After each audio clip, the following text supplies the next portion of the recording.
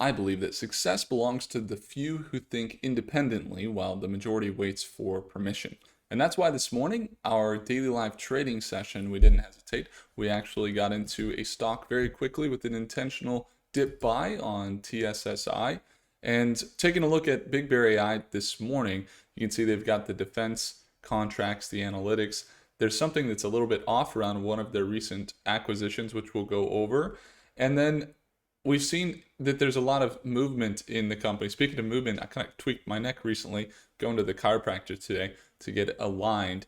And if you want to get your investments aligned, and if you don't want to miss AI plays in 2026, act decisively and trade alongside other like-minded investors, watch my entries, watch my exits live. It's a second link below to join our daily live trading session in StockMate. Let's jump over it. So BigBear.AI has had a run from $1 a share up to now $6.65. This morning we saw it really touching down to that 650 support level, as this is a very key level for them to potentially bounce. Every time that they've truly broken out, it seems that it's been that $6.50 level that they've retested before making their move, that they've found support before running up to $8.50 or up to $10 a share. And even back here, when they made their run here to about $8.50, it was that $6.50 price point that's been very strong for Big Bear. And so the company, the first thing that I wanted to go over was that they had an acquisition of an AI company called Ask Sage. This is the company. Okay. Now, one thing that I wanted to go over with this platform, Ask Sage, is that I was curious if this acquisition, while it seemed like a very good acquisition by Big Bear from a strategic standpoint, this was a multi-model AI company that uses a lot of different AI models to allow their customers to use the AIs and get top use out of it, out of the top models. So we're talking about FedRAMP, IL5, IL6, top secret use, supports 150 plus models with zero trust label-based security. So I was curious about this label-based security. They got government teams, agencies here, but I was really curious to know that this AI is something that I'm wondering if they're using it, uses it for coding, it uses for data training, if they're using the APIs from the models. Because I think what happens is if you use a local model, the local models will not be as powerful. So let me explain. They have API calls that they make for these different models. So on the platform, they have multiple AIs, it seems, that they allow the customers to use. And so I was wondering if their models that they're using, if they are local and they are hosted for security purposes in their own, let's say, self-built server or something like that, then to me it's safe. If they're using the API keys or API from, let's say, direct to the models that they allow, so they got Claude, they have some other, there's GPT there, and they allow you to rewrite a paragraph, let's say, and you can have it do it on GPT and have it do it on Claude and see which one you like. It's pretty cool. But I'm curious, what security measures are in place. It says data ingested into the platform is not used to train models and is accessible only to authorized users. Additionally, Ask Sage supports compliance with government security standards, making it suitable for handling classified or sensitive information. So I wonder what those protocols are to handle the sensitive government data, because if they're using API keys from the top companies in the world, then that's a concern. But anyway, when you're looking at BigBear.AI at the $6.50 level that they're at right now, they've gotten a lot of momentum related to their mission ready AI, where they've deployed this VeriScan technology to dozens of airports.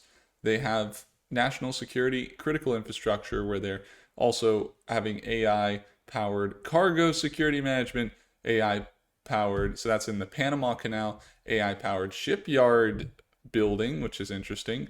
And then they also have been signing more and more deals in their biometric deployments to international airports as they've gotten into Denver International Airport, Chicago in this case, into LAX and many others with their VeriScan technology. So the VeriScan technology is that facial scanner that scans your face when you go through or in or out of the airport. And it looks like this. And I've seen it at many different airports, biometric AI that does the job of essentially a TSA person. So when you're looking at the financials for the company as of recently, as they hold this $6.50 range, they're at $2.9 billion market cap. They've recently raised up to nearly $1 billion in assets at 919 million, with their liabilities at 300 million. And their net income came in positive last quarter, with revenue still holding flat to negative over the last quarter and not seeing any big increases in their revenue. So they acquired this company, Ask Sage, who was on track to be doing, how much were they on track to be doing? Let's take a look real quick. I think it was 25. They acquired them for 250 million, and they were on track to make 25 million, but they hadn't made 25 million. So kind of an interesting acquisition is that they made this acquisition of Ask Sage. Ask Sage hadn't made 25 million, but they were anticipating and expected to deliver 25 million in 2025. And 250 million is what they paid for the business. So 10x their revenue, okay? Their annual revenue. And so is it a good deal? They paid pretty hefty for it, but it might help them a lot since Ask Sage already works with some of the government departments, such as Department of War, Federal Civilian, Defense Industrial Base, and many others. And I think that that was a strategic approach to avoid having to build a whole nother AI platform, lose a year or what have you in that process. Now, here's where it gets interesting in their technicals.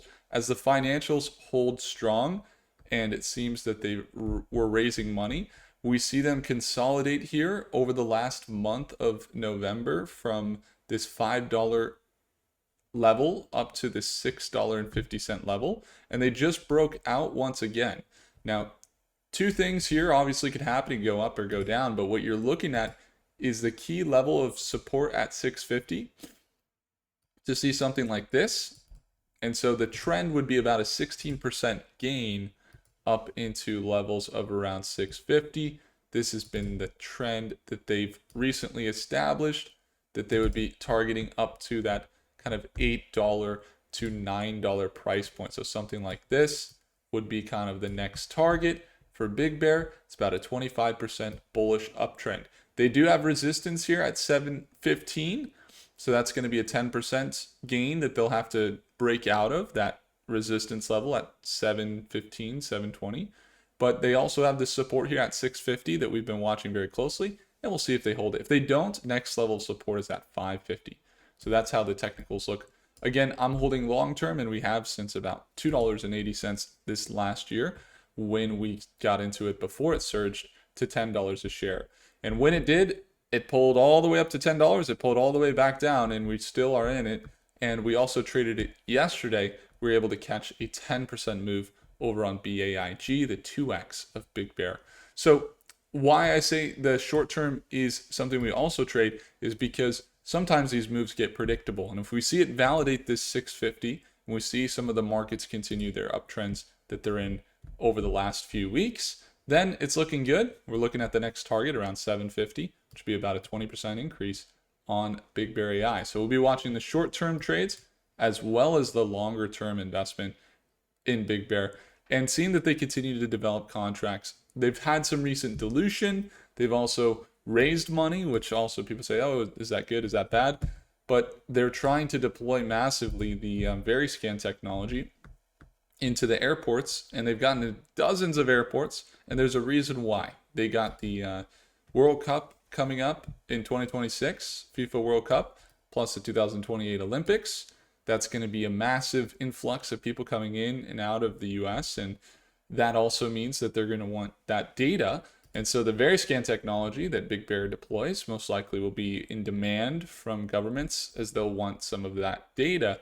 And then TSA is also looking to sign a contract that is in the billions of dollars related to biometric ID verification tools, AI driven threat detection.